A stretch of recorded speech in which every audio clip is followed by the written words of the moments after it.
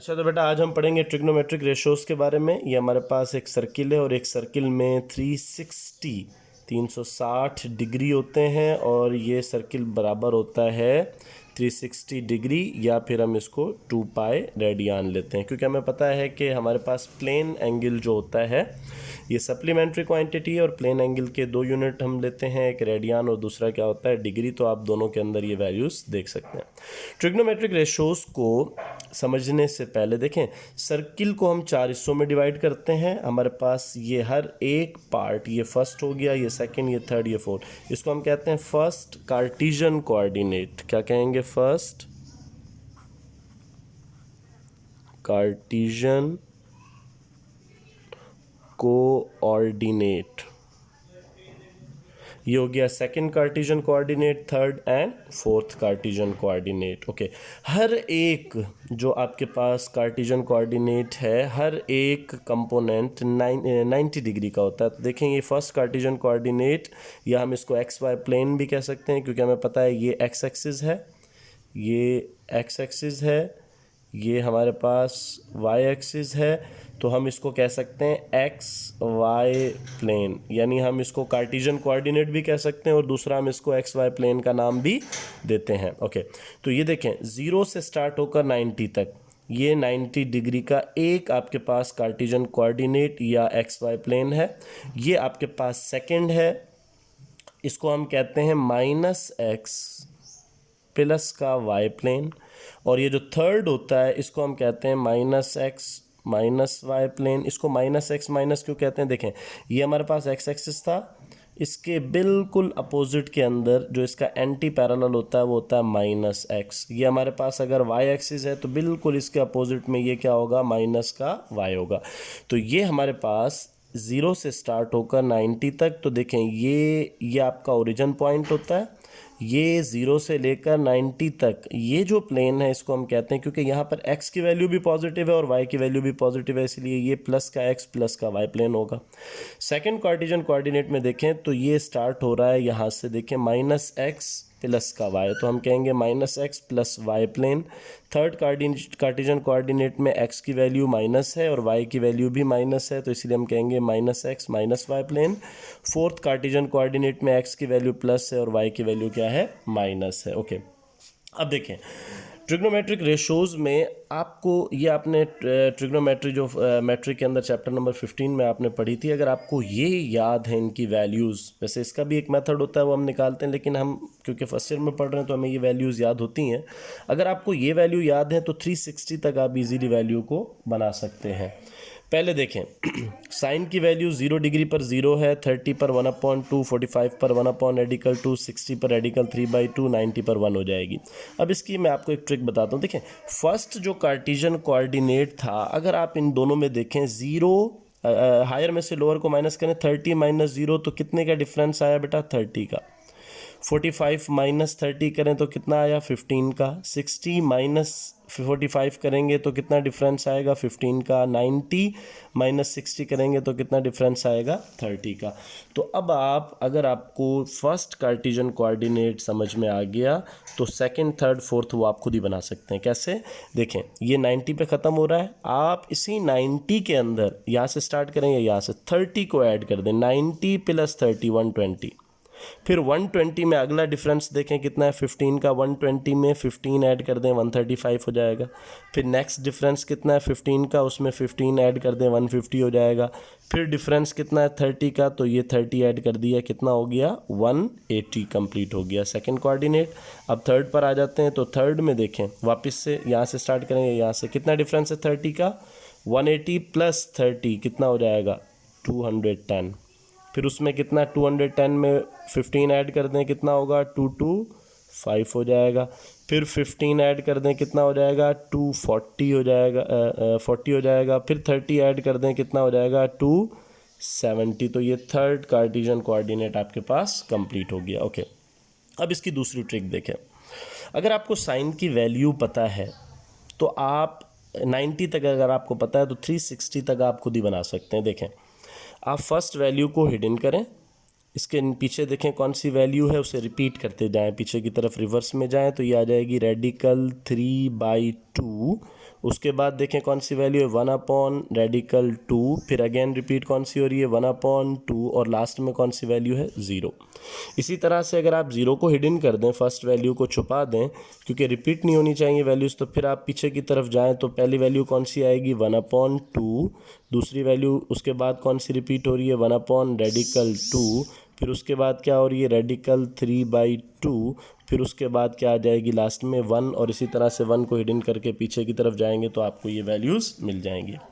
तो हमें सिर्फ पहली 90 तक जो वैल्यूज़ हैं इनको याद रखना है, आगे की सारी वैल्यूज़ हम खुद ही बना सकते हैं, वो ट्रिक के ज़रिए आप निकाल सकते हैं। अब कॉज की जो वैल्यूज़ होती हैं इसे थोड़ा ध्यान से देखें। कॉज की वैल्यू, साइन की जो वैल्यू होती हैं, इन वैल्यूज़ को अगर आप ऐसे उल्टा कर दें, बिल्कुल पलट दें, तो ये कॉज की वैल्यू बन जाएगी। इसका जो लास्ट की वैल्यू है वो कॉज की फर्स्ट की वैल्यू होगी, तो ये लास्ट में क्या है 1, इधर फर्स्ट में आ जाएगा 1, तो ये कॉज की वैल्यू 0 डिग्री पर क्या होती है 1 होती है। ठीक है, अच्छा उसके बाद देखें 30 डिग्री पर, अब इसको रिपीट करेंगे, बिल्कुल पलटते जाएं। इसका लास्ट यहाँ फर्स्ट हो गया, सेकेंड लास्ट इधर सेकेंड हो जाएगा, तो सेकेंड लास्ट क्या था रेडिकल 3/2 इधर सेकेंड पे आ जाएगा। थर्ड सेम है तो सेम आ जाएगा उसी जगह पर, 45 पर कॉज और साइन की वैल्यू सेम होती है। और 60 पर आप देखें तो ये क्योंकि हम रिवर्स जा रहे थे तो 1/2 इधर है, इधर आ जाएगा, और लास्ट में इसकी वैल्यू जो 0 है वो इधर आ जाएगी। तो देखें पहले ये वैल्यू ऐसे थी 5 वैल्यूज़, तो हमने जब पलटा तो जो लास्ट में थी वो फर्स्ट में आ गई और जो फर्स्ट थी वो लास्ट में चली गई। ठीक है बेटा, अब आप सेम वही वाला मेथड जो मैंने आपको वहाँ समझाया था, फर्स्ट वाली वैल्यू को हिडन कर दें तो आपके पास आ जाएगी, रिपीट करते जाएं पीछे की तरफ 1/2, 1/2, रेडिकल 3/2 और उसके बाद लास्ट में क्या आ जाएगा 1 आ जाएगा। और सेम इसी तरह से 1 को छुपा के बाकी रिपीट करेंगे तो ये सारी वैल्यूज़ आपको आगे 360 तक मिल जाएंगी। और tan थीटा, क्योंकि हमें पता है tan थीटा होता है tan theta is equal to sine theta upon cos theta. So sine की value 0 divided by 1, answer is 0। Same इसी तरह से अगर आप यहाँ देखें 30 पर, तो 30 पर वैल्यू क्या है बेटा 1/2 divided by radical 3/2, double divide हो रहा है, वैल्यू रेसिप्रोकल हो जाएगी 1/2, ये डिवाइड ख़त्म होगा मल्टीप्लाई, और ये जो नीचे वाली वैल्यू है वो ऊपर चली जाएगी और ऊपर वाली वैल्यू क्या हो जाएगी नीचे आ जाएगी, तो 2 से 2 कैंसिल, आंसर आ जाएगा 1/3 हो जाएगा। ठीक है, अब ये 1/2 साइन की वैल्यू 1/2, कॉस की भी 1/2, सेम वैल्यूज़ हैं, कट जाएंगी, आंसर क्या आएगा 1। 45 पर tan की वैल्यू क्या होती है 1 होती है। 60 पर अगर आप देखें तो साइन की वैल्यू है रेडिकल 3/2 डिवाइडेड बाई कॉस की वैल्यू क्या है 1/2। अब डबल डिवाइड आ रहा है तो आप कैसे लिखोगे रेडिकल 3/2, डिवाइड ख़त्म करेंगे मल्टीप्लाई, और 1/2 उल्टा हो जाएगा क्योंकि डबल डिवाइड है, तो ये आ जाएगा 2/1, 2 से 2 कैंसिल, इधर आ जाएगा रेडिकल 3। ओके, अब लास्ट में अगर आप देखें तो tan की वैल्यू 90 पर कितनी होती है, तो साइन की वैल्यू 1 है, कॉस की वैल्यू 0 है, और हमें याद है, हमें पता है, मैथ का रूल है कि अगर डिनोमिनेटर कभी भी 0 हो गया तो वो वैल्यू इतनी बढ़ी जाएगी कि आप काउंट नहीं कर सकते, और इसलिए हम इसको क्या कहते हैं इन्फिनिटी कहते हैं। क्या कहते हैं हम इसको, इस साइन को इन्फिनिटी, ये इनफाइनाइट टाइम्स तक वैल्यू इंक्रीज़ हो गई है।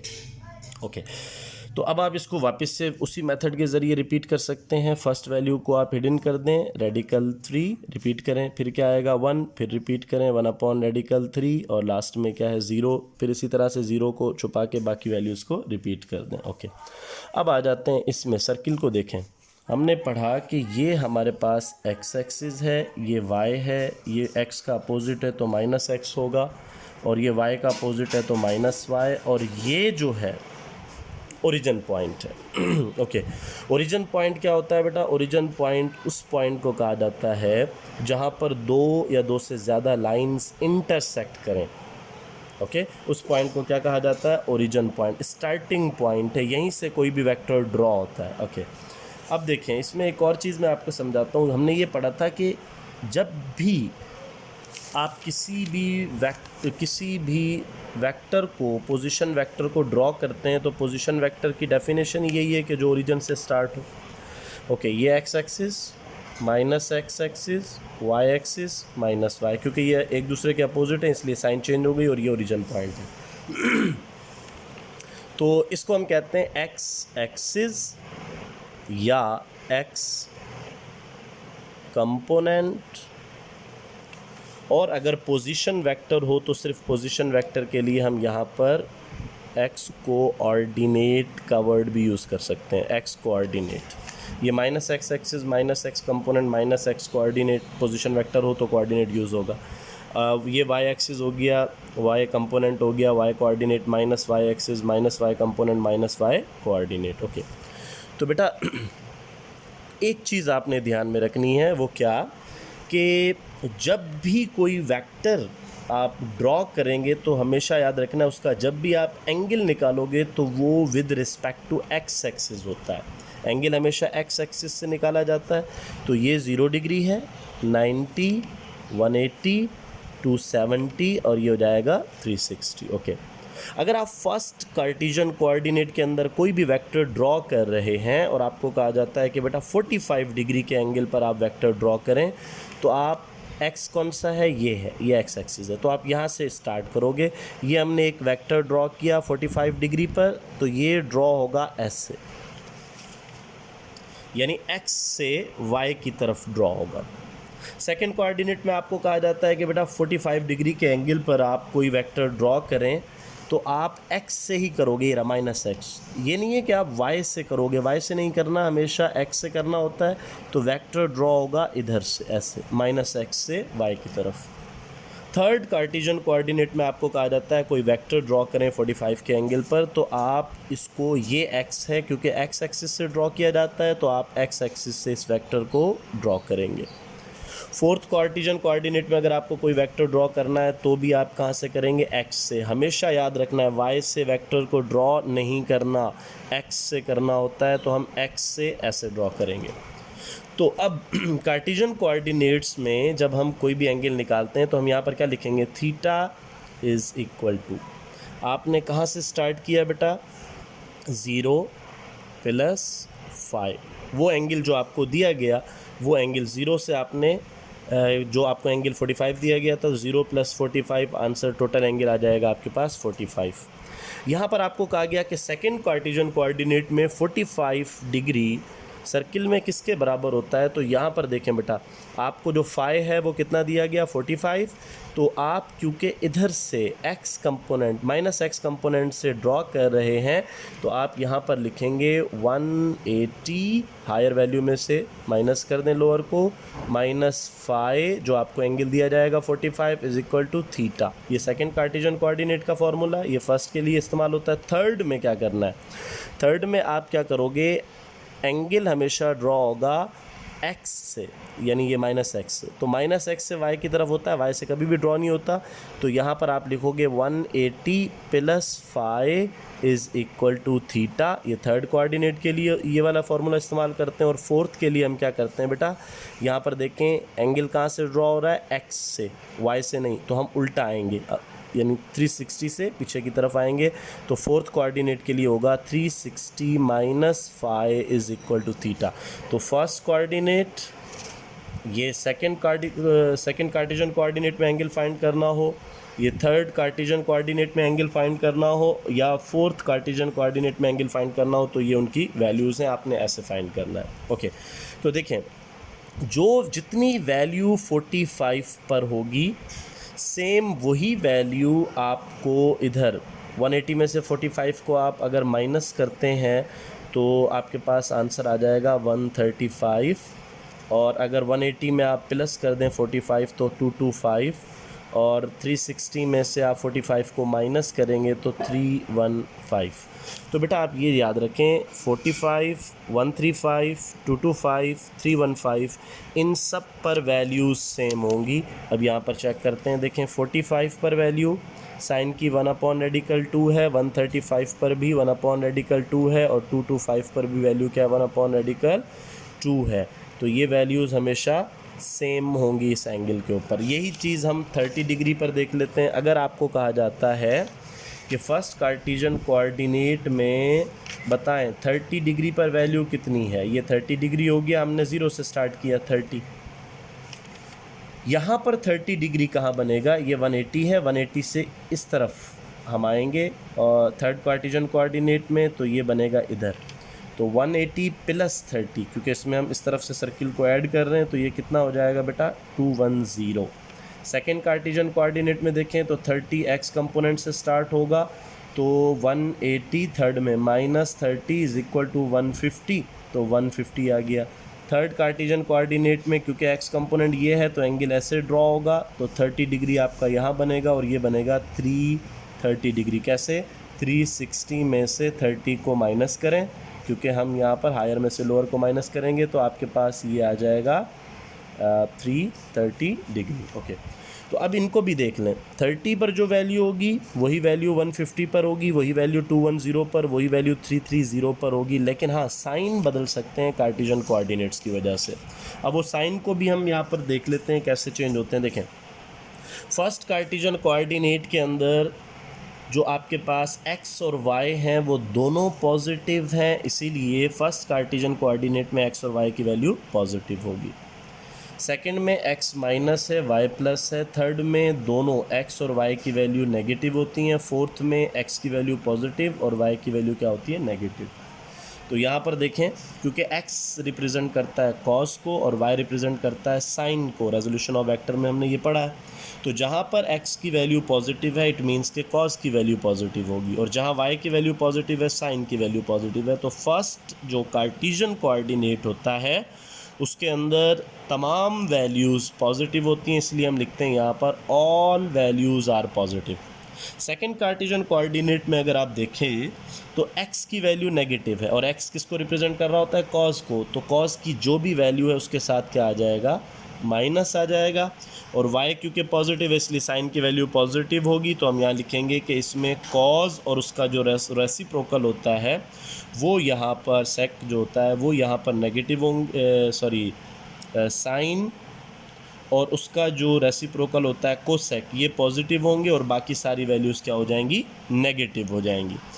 अच्छा, अगर इनमें से आपको पता है कि tan थीटा होता है sin theta upon cos theta, इनमें से कोई एक भी नेगेटिव होगी तो ऑब्वियसली tan भी नेगेटिव हो जाएगा, तो ये भी नेगेटिव होंगी। थर्ड कार्टिजन कोऑर्डिनेट में x और y दोनों नेगेटिव हैं, क्योंकि cos x रिप्रेजेंट कर रहा है cos को और y रिप्रेजेंट कर रहा है sin को, तो ये भी नेगेटिव होगा और cos की वैल्यू भी नेगेटिव होगी। लेकिन ये दोनों अगर नेगेटिव हैं तो कैंसिल हो जाएंगे, tan इसमें पॉजिटिव हो जाएगा, तो हम कहते हैं थर्ड कार्टिजन कोऑर्डिनेट में tan की वैल्यू और उसका रेसिप्रोकल cot जो है वो पॉजिटिव होता है, बाकी सारे क्या होते हैं? नेगेटिव होते हैं। फोर्थ कार्टिजन कोऑर्डिनेट में x पॉजिटिव है, y नेगेटिव है, इट मीन्स के cos की वैल्यू पॉजिटिव होगी और उसका रेसिप्रोकल sec पॉजिटिव होगा। उसके अलावा जितनी भी होंगी वो सारी की सारी वैल्यूज़ क्या होंगी? नेगेटिव होंगी। ओके, आज के लिए इतना काफ़ी है।